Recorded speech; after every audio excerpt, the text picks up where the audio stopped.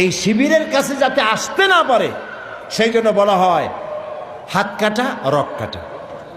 কার rock কাটছে দেখা?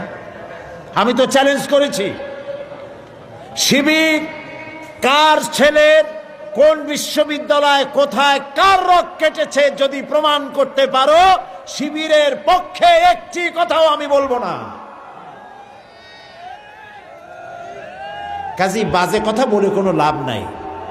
এই সব কথা বলে ইসলামী আন্দোলনকে ঠেকানো যাবে না। ঠেকানো যাবে যাবে না। যতই এই যে 15 দল 20 দল 22 দল একসাথে হচ্ছে না ভাই, বড় বড় এক একটা শূন্য, 0 + 0 + 0 + 0 from Khulna to Dhaka equal to কত?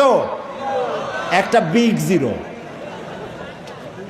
এই সব বামেদের নেতারা, যত নেতা আছে, আমি চ্যালেঞ্জ করলাম, নিজের জন্মভূমিতেও যদি দাঁড়ায় 100% জামানত বাজেয়াপ্ত হবে, একটাও পার্লামেন্টের সদস্য হতে পারবে না। কাজী